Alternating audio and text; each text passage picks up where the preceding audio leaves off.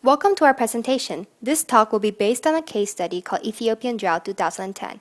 We will examine the factors that affected the choice of adjustments before responses to the drought. Before we go into depth, we will define the word drought.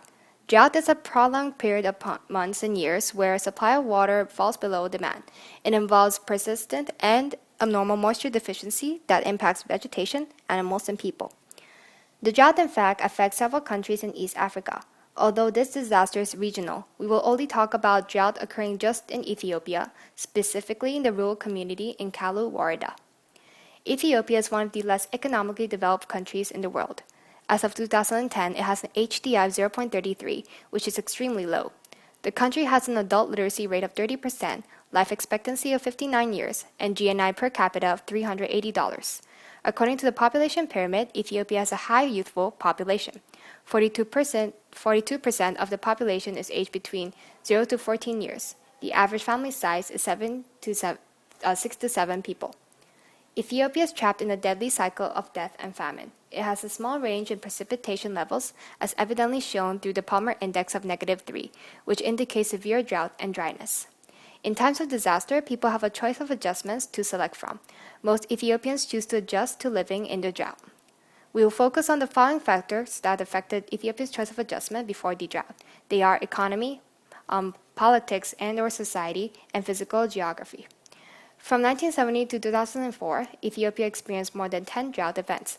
According to Profession Web, the drought in 1998 has the highest economic damages out of the top 10 disasters in Ethiopia, responsible for covering the cost of $15.6 million. This also partially explains why the country has high economic water scarcity, lacking infrastructure and technology to access water. Due to its low GNI per capita, Ethiopia lacked choices to act towards the drought. Thus, the country can only choose to adjust to the disaster and appeal for international support. In times of drought, livestock prices tend to fall while grain prices rise.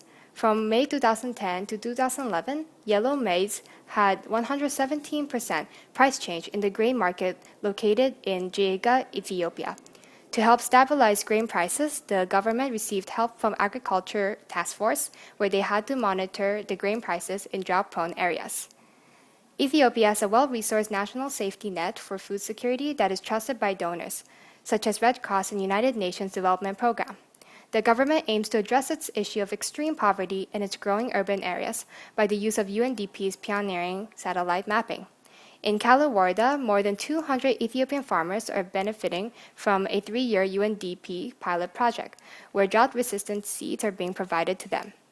The project also allowed farmers to gain insight into water harvesting techniques, vegetable production, and beekeeping. Moreover, the government also collaborated with the Productive Safety Net program, where it routinely distributed considerable amounts of food to the people and strengthened early warning systems. From June 2010 to May 2011, Ethiopia experienced 30% below normal precipitation in Kalu Warda. Because of this, the country seeks for technology in weather prediction. Prior to the event, the National Meteorological Agency has set up at least 40 new weather stations. These are due to be installed by the end of 2010. From the stations, data is sent through mobile phone to the capital city of Ethiopia, Addis Ababa, and feed into the country's National Drought Index. These weather stations will allow the population to identify climate risks at an early stage. Responses after the drought can be categorized into 3 sections: rescue, rehabilitation, and reconstruction.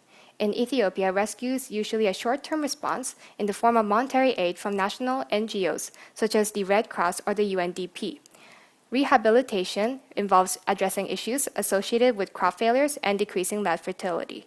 Reconstruction is the building of new wells or structures to collect more water in preparation for future droughts.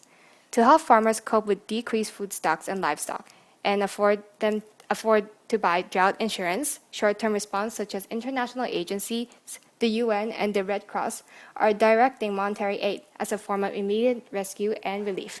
As much as $1.1 million were raised, and because of this, Ethiopians were able to choose their own food. However, this type of aid was only distributed in South Wollo and Amhara. Due to Ethiopia's high population, only $12 can be allocated per person by the Red Cross. This aid is only for families of up to 8 people in a household and lasts for only 2 weeks at the longest. Thus, monetary aid in Ethiopia is a short-term response. Another common short-term response is delivery through water trucks. Although water is available in the country, it mainly exists in aquifers under the desert, which makes the people rely on the water delivery by transportation. The midterm effects of droughts last for at least 3 months during the peak drought. An example of this is crop failure. Due to the drought, the next year's harvest will be affected, and so is the next year's food supply. One response to this crop failure is to improve irrigation efficiency without costing too much for an average Ethiopian farmer to employ. Drip irrigation is shown to be effective by up to 50% in Ethiopian farmlands. For a crop of 50 square meters, only 5 gallons of water is required for twice a day. However, recent droughts from 2011 decreased water availability, and so another method was adapted in response. The UN program called Coping with Climate Change urged farmers to change their plants to face extreme droughts. Plants such as lentils require less water to grow than other crops. As mentioned before, water is available to the people but not accessible to them.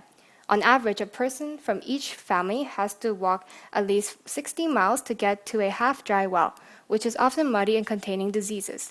To help increase water availability, NGOs such as UN and Red Cross plan to create wells for villages in Wolu and Amhara. In areas that receive more rain than others, they create rainwater collection places. They also distribute filtration systems to decrease the spread of waterborne diseases, improving the family's health.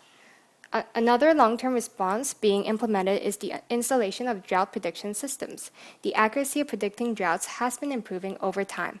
So far, predictions are made up to 3 months before the actual drought event occurs.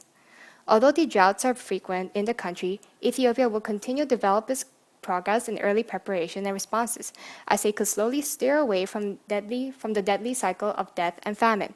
The combination of adjustments and responses after the disaster will allow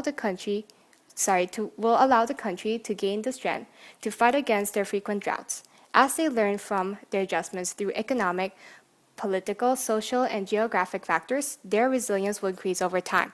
As we refer to the disaster management cycle, the country will develop more effective responses and forthcoming adjustments and eventually mitigate the effects of such a disaster.